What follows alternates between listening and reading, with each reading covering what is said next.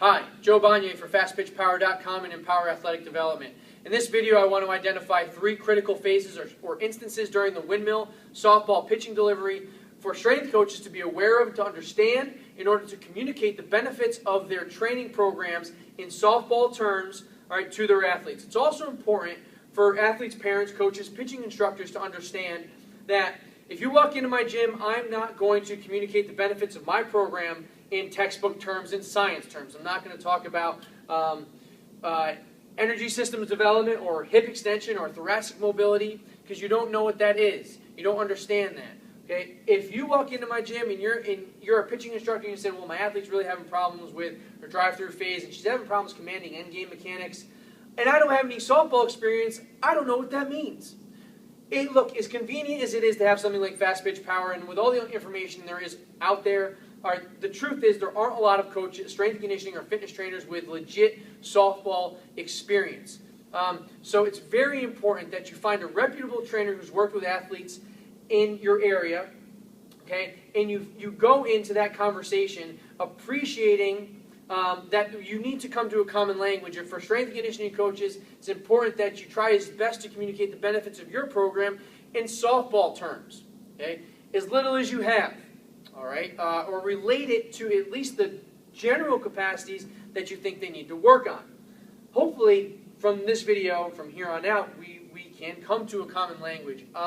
And we realize one thing, right? The most salient or important message I can give you, whether you're a pitching instructor or a strength and conditioning professional, is that there are no extraterrestrial movements required during the pitching motion. Okay? During any athletic motion, for the most part, that I can think of off the top of my head, there are no, for lack of a better definition, super sapient requisite abilities. It is what is important to realize that the softball windmill mechanics are just an orchestral coordination of basic fundamental physical abilities, movement availability, and body control. Okay? It's a different song than the golf swing, okay? Using the same available keys. Okay? It's a different song than sprinters, okay, or basketball players are singing, using the same instruments. Okay? We have to believe this.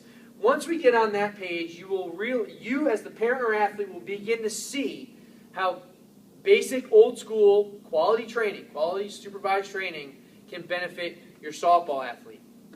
All right, it's important for strength coaches to realize, to see the things in softball mechanics, whether it's pitching or base running or hitting, that are just simply coordinated fundamental movement availability, control, or physical capacity, however you want to put it. Okay, they're just singing a different song, using the same instruments. Okay, it's important to realize this. Okay, once you realize this, you guys are going to see eye to eye.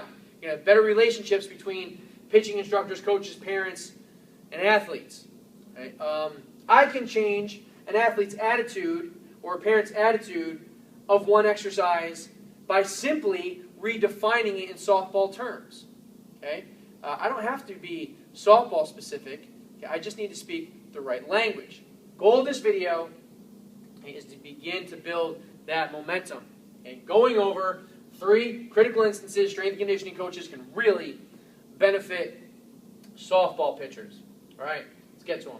Enough of that.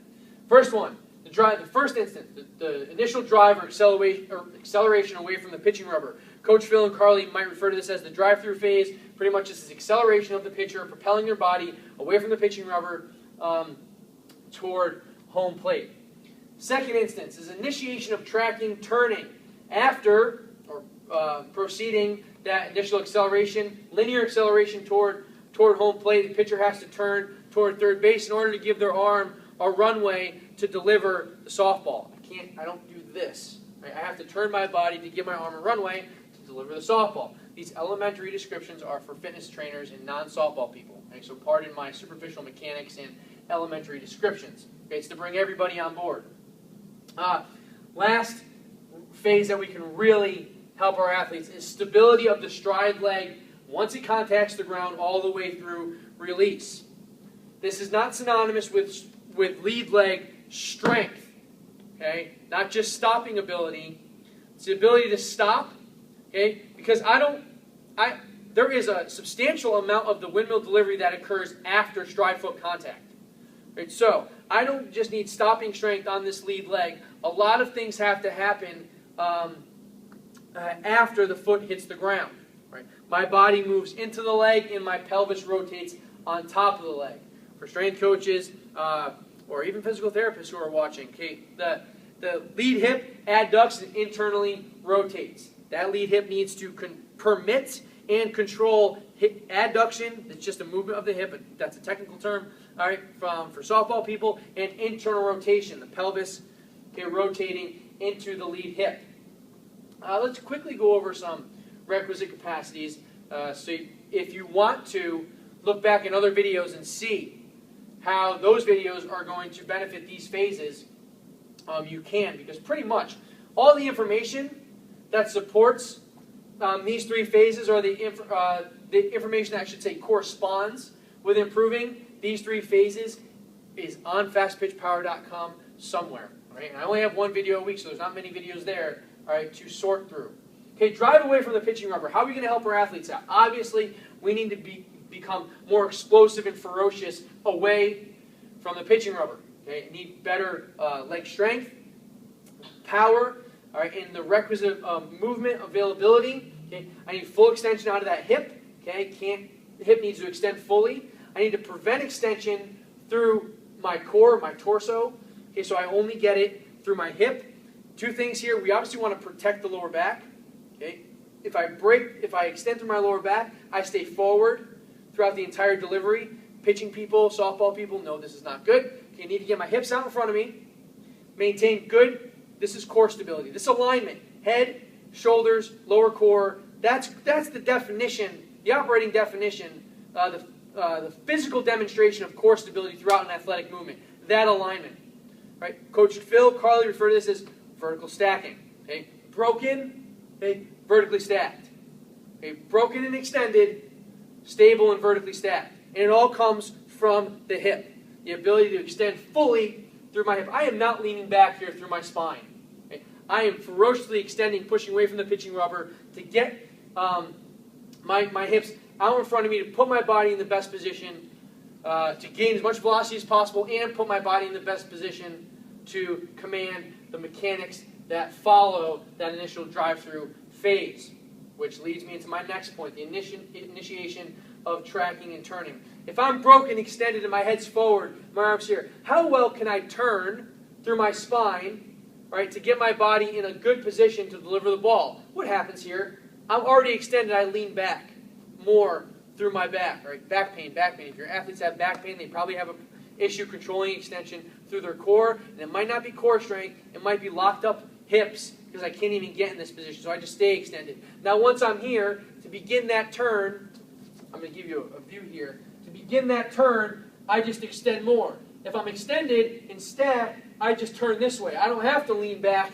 to get my arm, to get my hand to 12 o'clock, which puts it on the best runway to deliver the ball. If I'm already stacked, it's already there. Okay? Hopefully this all makes sense. I refer to this a bunch of times in other videos with better demonstrations and more space out there.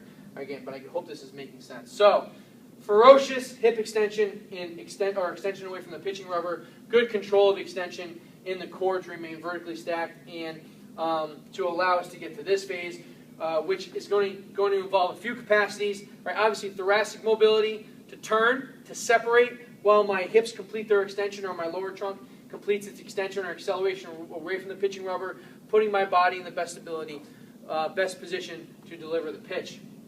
Hip extension and thoracic mobility. Strength and conditioning coaches, all right, we're all on the same page now. You see where some of these common trends, exercises, topics of conversation are coming up in a very sport-specific movement. Lastly, stability of the stride leg at contact through release. Okay, again, I talked about it's not just strength, it's not just stopping ability. Okay, once that stride foot hits the ground, the body needs to permit motion into it. I hope this isn't cutting off in the video, but my body moves into the front leg and spins on top of the front leg. Okay, and that's during the follow-through. So there's a lot that happens from stride foot contact all the way to follow-through. So stopping ability is not the only issue. Okay? That front leg has to be strong, that front hip. If you don't have experience with anatomy or education with anatomy, their hips are ball and socket joints. Okay, they can move. They have hinge properties. They have rotational properties. Okay, so I don't just need to move into the front leg this way. I need to be able to spin. My body moves into the front leg, it's adduction and internal rotation. If the hip is stuck, if it's not in a good stable position, it's going to compensate. The most likely direction it's going to compensate is back, bringing me back into this forward position. Okay?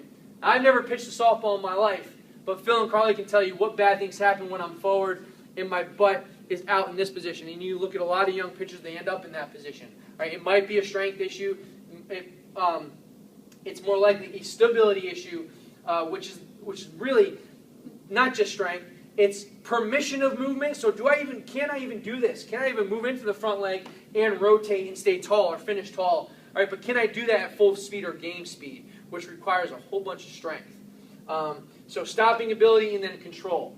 All right, with the most likely compensation is hip flexion. Okay, moving the butt back and the chest forward. So attack the front leg's ability to adduct and internally rotate. I have to expand on all three of these topics in future videos. Hopefully right now, if you're looking at your strength and conditioning programs, you need to be able to, don't change anything. Just communicate what I've talked about, or the principles of what I talked about, if they are in your program, to your athletes. They're going to see the softball specific benefits of it. If you're a coach, a pitching instructor, or an athlete, you're like, yeah, I need to work on that, I need to work on that. Go to your trainer, whoever you may be working with. If you're a strength and conditioning coach who's working in college and you're communicating with the pitching coach or the head coach, bring this stuff up. Okay, it's very important for strength and conditioning coach to gently approach that conversation and be able to speak in softball terms. But if you can get the softball people to realize, again, going back to the most important point of this whole video, was that as complex of emotion as windmill pitching is, it's really, again, just an orchestral coordination and cooperation of basic human movement abilities. All right. Hope you got a lot out of this presentation. I'm going to go into the specific exercises and training considerations for each phase in the future. For now, please post questions and comments. And I ask one thing, and if you've stuck with me throughout this whole video, is that if you saw this on Facebook, one thing we haven't promoted or asked of anybody is to share this information. Right? I am now in this video asking you, if you're going to like the video, if you're going to view the video and you think it's important, okay, just click share, post it on your timeline. Okay, it's going to help us build our business. I'm not afraid to say it. We are looking to get information out to build a business. It's very important for us that our viewership, okay, knows that it's important that we're looking to spread the word, all right, without a lot of annoying marketing, all right, a lot of annoying issues on our website. We make the content very simple and available to you. If you do appreciate it and you do like it, just click share on Facebook or retweet or whatever social media that vehicle that you used to come across this information. Thanks for watching. Talk to you next week.